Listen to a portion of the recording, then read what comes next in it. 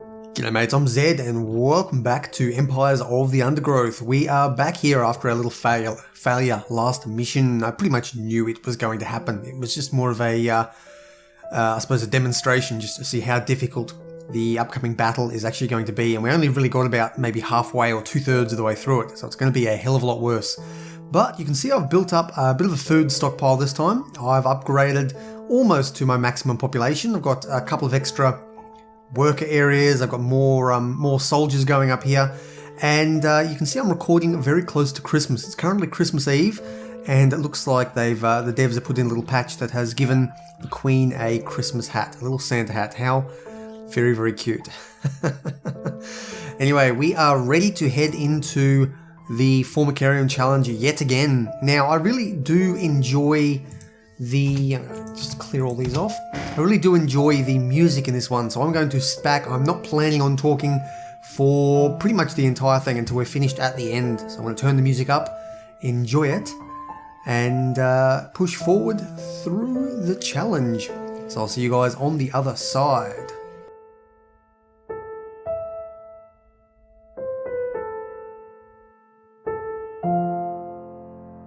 I think it is time we connected the Outworld to the feeder colonies. I want to see how these Ereptors respond under pressure. I will prepare the experiment.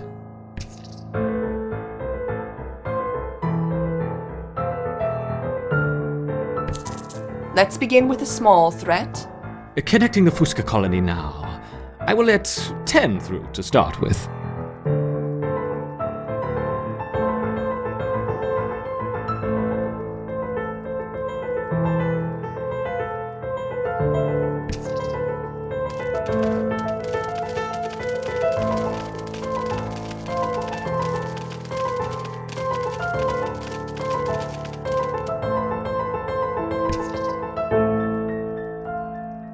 The Ereptors identified the threat and responded very quickly. Excellent. Let's see how they handle a few more, shall we? Introducing 20 Formicarium ants.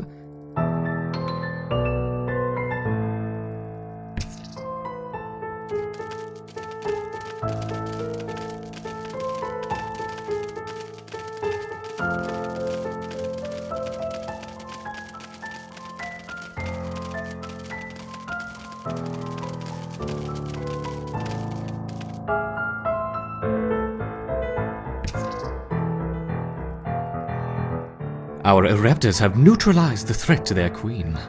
Good. Continue the experiment. Let me know the results. Don't add more than 30 ants at once, though. We don't want to harm the queen. Understood.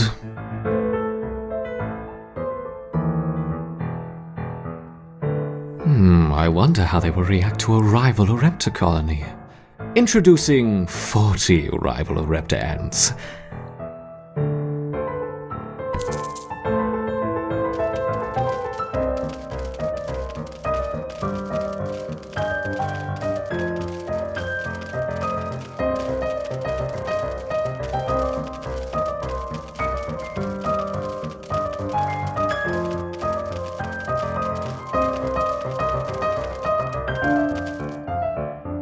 Excellent!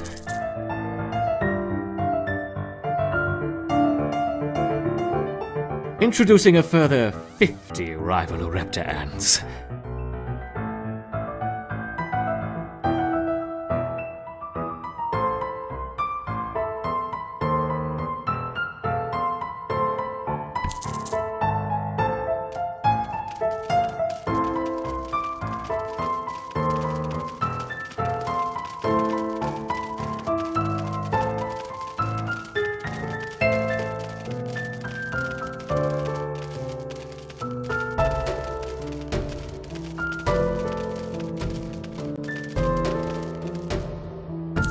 Fascinating.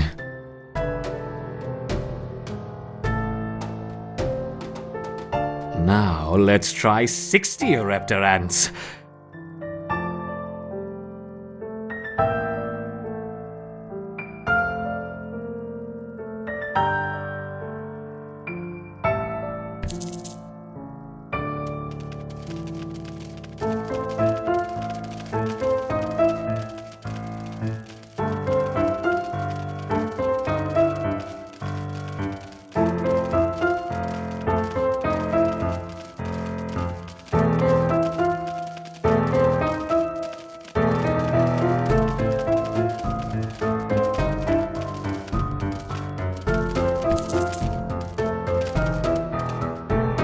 A superb response!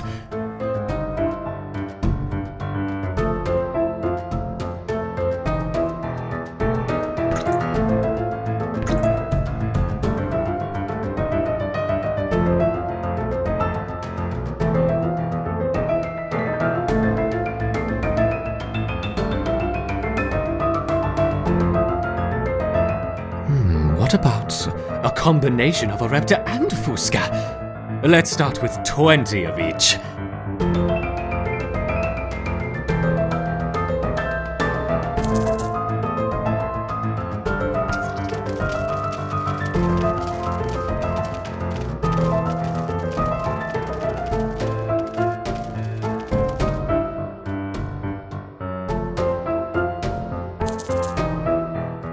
An unconventional defense, yet highly effective. It's interesting to see the colony fight on two fronts. Perhaps we should try 30 of each.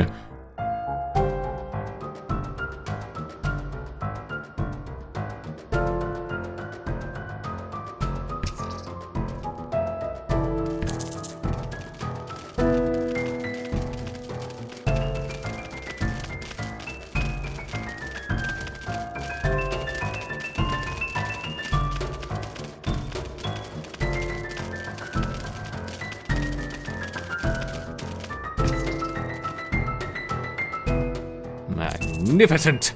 Once again, our raptors triumph!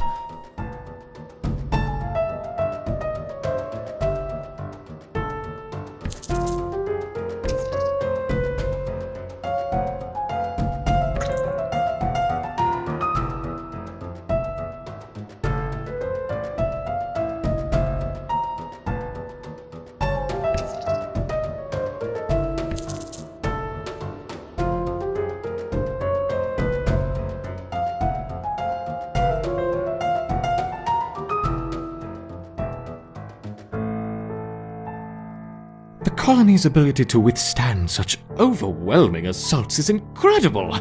I wonder, how will they handle a sustained flow of aggressors?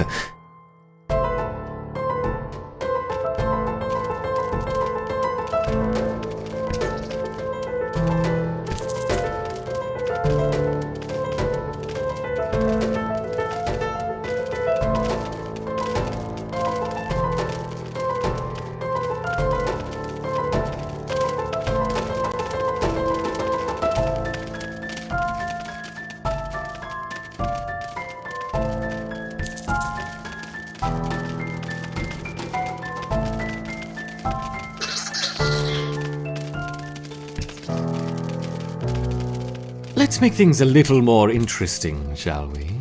Enter the Devil's Coach Horse.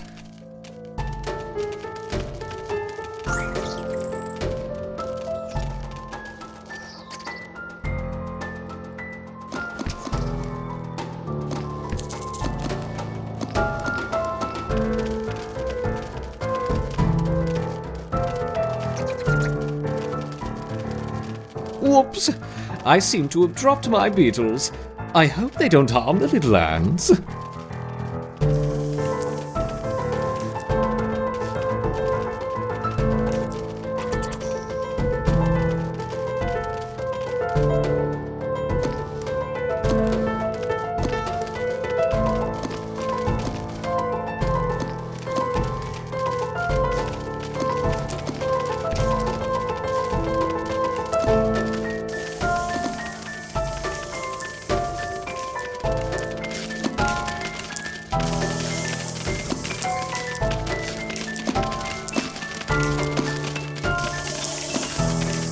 Perhaps that's enough for now.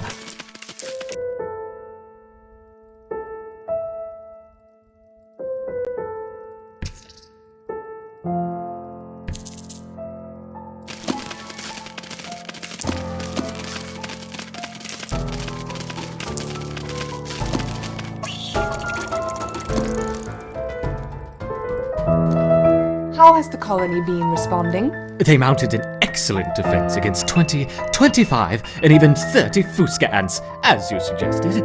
Perfect. Perhaps we can provide more of a challenge for them next time. What a fantastic suggestion!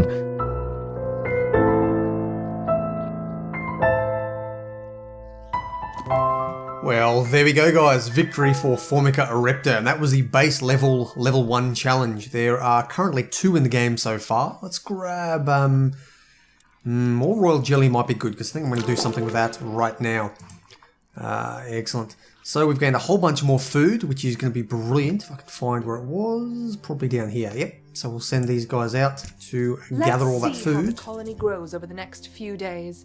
Now that they have experienced battle, I expect to see a significant rise in the number of soldiers. Yes, we're definitely going to need to increase the number of soldiers we have. That was wasn't too difficult because we're built up originally. When I first beat that, the limit was 50. We've now gone, they upped it to 100. And it's now gone up to 125 because my Formicarium level has increased. So there's going to be quite a lot of challenges as this game develops. Currently there are only the 2 challenges. This is the end of the game, effectively, so far in the beta, or the alpha I suppose you'd call it, because it's not feature complete. But either way, I sort of forgot what I was going to say. Yes, of course, that's it. Losing my train of thought here. It's been a busy Christmas period so far. But this is our royal jelly. So far we've unlocked a couple of extra guys. And, oh, we can actually unlock wood ants. I hadn't realised that would come up so early. I thought we had to complete one of the missions. We will have an introduction to wood ants in these 2 missions up here. Queen of the Hill and a Rising Tide, which are similar sort of missions. But what we can, wrong button, what we can do is go in here and actually have a look at the wood ant. Now, you don't directly unlock this one here. What you do is you actually choose the type of ant you would like. There is the mortar, which is a slower firing. Oh, this is a ranged ant, by the way. So you can have a slow, powerful, like burst of juice, I suppose, it shoots out, or you can have a rapid fire spray that continually shoots. So much better against masses of ants. This one, though, is better at taking down, I suppose, big powerful guys. But at level 3, they do gain, I believe, an area effect. So you can actually take down masses as well. And this one slows people down, so very good against fast enemies with the rapid fire. So, but before we go into that, I probably will grab that. I didn't realise it was unlocked so early. What I was looking at, though, are these little things on the side here. Each one of them has 4. Each ant has 4. These guys as well will have 4, and those will have 4 as well, so different, tailored to what they are. Now, they're mutually exclusive on each side. So top left and bottom left are mutually exclusive, and then top right and bottom right are exclusive. So I can pick that one and that one, or this one and that one. One from each side is effectively what I'm trying to very poorly explain here. So let's have a look at what they do. So the Royal Guard will make the Queen spawn a very powerful like soldier ants near her that'll live for about a minute. And then all our empty nurseries, so all these ones here that are empty, will automatically respawn. They'll all receive eggs. The eggs will automatically appear there, and they'll all hatch for free for 5 seconds. So any ants that die over the next 5 seconds will just continuously respawn and appear, which is pretty powerful, especially with those Royal Guards. That's a last line of defense. This one here, Royal Decree, is if the Queen again comes down to 3/4 of health, all the eggs will hatch instantly and they're free for 20 seconds. So this one is, this is sort of the oh shit moment where the Queen can spawn some very powerful things around her, which can then fight off and destroy the enemies. This one here is less of that, in that the army's going to appear a lot further away than where she is, so she needs to still keep surviving. But what will happen is they'll continue to pour out, so for 20 seconds we can just max out our army and totally destroy the enemy, even if we have no food. So that is quite powerful sounding. This one might save you more if these things are quite far away. So for example, these guys here will spawn and have to walk all the way down here just to get to the Queen, and in that meantime she's probably being attacked by a whole range of people. So it would probably be better to place something around her as like an emergency. Something food for thought anyway. Over here we've got second, and then of course these are mutually exclusive. You pick one or the other. Second Wind means that the Queen will go back up to full strength and become invulnerable for 20 seconds. So this one here will synergize very well with Royal Decree. And become invulnerable for 20 seconds, that seems to be a buff since I last played this game. So last time I saw it, I believe she just restored her health back up to full. So that has become a hell of a lot more powerful. I think it makes these two then the best choice. But let's have a look at this one here. For 10 seconds, she will confuse, so send out like a huge burst of, kind of like those big bugs that I was fighting here. What they do is they spray stuff on you. What she'll do is give out a massive burst to cover pretty much this entire underground area and stun the enemy for 10 whole seconds. That also could be very, very powerful, especially because it will, one, stop them attacking her for a number of seconds, not quite as long as this one here, because she becomes invulnerable, but what it will do is allow my guys to have free reign, my massively new spawned army, to come in and just rip the enemy apart while they can't fight back. So that is also very powerful. So they've definitely buffed these up and made them worthwhile looking at.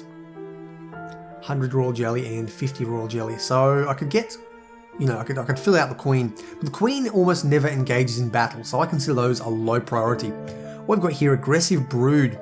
So this turns our workers into sort of middling fighters. They still won't take very much damage, but as a flanking force, they can still do decent damage. Now, I believe soldiers do more than 3 times the workers' damage, so it won't make them equivalent to soldiers, but it will make them fairly powerful. Efficient brood, what does that do? Okay, this makes them far more effective as a worker force. They're much more better worker ant. So they won't fight much better, but we did see they can still fight reasonably well as is. But what have we got here? So they harvest more food from creatures, that's interesting. I wonder if that increases the amount of food available on a creature, or if it just means they carry more. Probably means they carry more. And they'll also harvest and build things a lot quicker, as well as moving 40 speed more. Now that number means nothing to me. They could be moving at 40 now, in which case it doubles them, or they could move at 100 now and it's an extra 40%. It's hard to know without having the wiki, the in-game wiki, being... yeah, they've disabled the in-game wiki. Yeah, they've disabled it in the last patch because it was not complete, as I showed you guys. So we don't actually know what 40 speed means. This one here I think is of less value. It might be useful later, but I've not really seen it. I think having an additional 38 fighting ants here while still being able to work is pretty powerful, so I may look at that one there. Evasive, not... okay, as soon as damage is caused, they enter combat. So if they give... they've changed this as well. It used to be damage received, they entered combat, so they could be intercepted, and this was terrible. Now though, if they're not going to actually cause damage, what you can do is actually turn off the fighting behavior, put them into their own group, and then turn off fighting. They have buffed this, that's good. So an enemy will 95% of the time do no damage to them, and if they're not going to cause damage, I think is what I'm reading that is.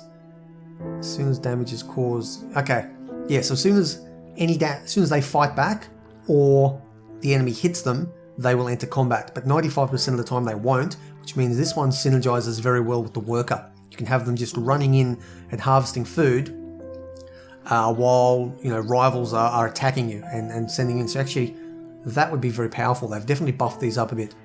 This one here cannot take more than 20 damage in a single attack and reduce incoming damage by 20%. Again, could be very, very useful, but without knowing the stats, I don't know if normal damage is normal damage 21 or 22, so I'm only really saving a very small percentage, or is normal damage like 50, in which case these guys are having a massive save. It's really hard to tell here, and so again, not necessarily useful, but these two here would synergize. You would make them good at fighting and more defensive, as opposed to good at running away and good at harvesting.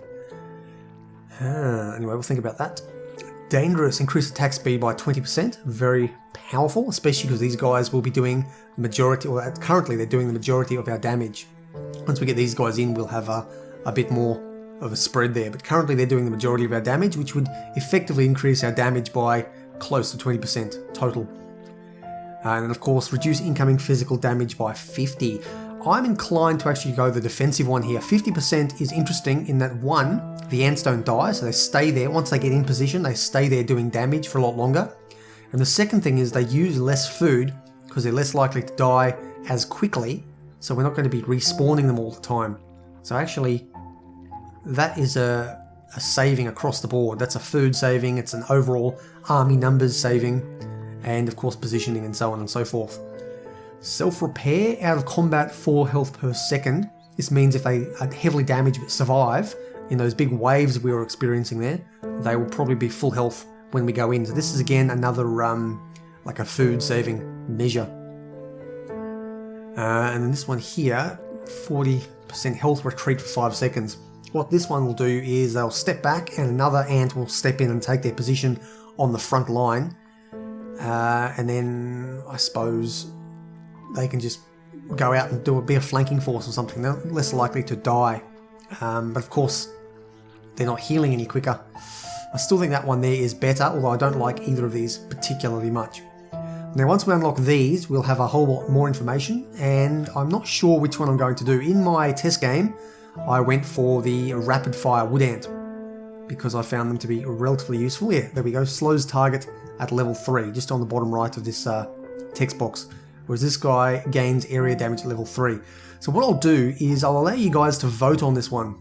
But I won't do it. I mean, you can vote on this episode if you'd like. But what I will do next episode is we'll be going in and doing, actually I can choose, if I go in here, I can actually choose which ant I would like to do. This one here being the mortar, and this one here being the rapid fire. So I'll do one mission with the mortar, and I'll do the other mission with the rapid fire. So you guys can actually check it out and see it. So you can choose before I go into Formicarium challenge number 2. I'll be fully prepared, so you guys have time to vote. So vote either on this episode, the next episode, or the episode after that.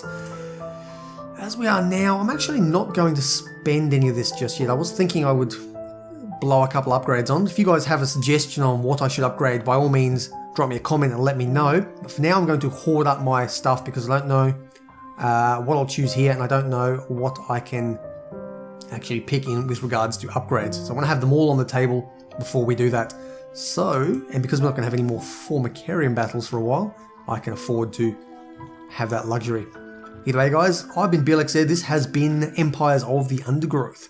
Smash that thumbs up button if you do indeed enjoy the content. Make sure to drop a comment and let me know how I should upgrade, exactly what I need to do here. And then join me next episode as we head into the Rising Tide. Oh, I can actually take that mission as well. That's interesting. We'll be going to the Rising Tide, where we will probably take on one of these ants. I don't know which one I'll pick yet, but we'll go in there and we'll experience that, as well as a whole new mission with what looks like some big, scary looking bugs. Take care guys. I'll see you around.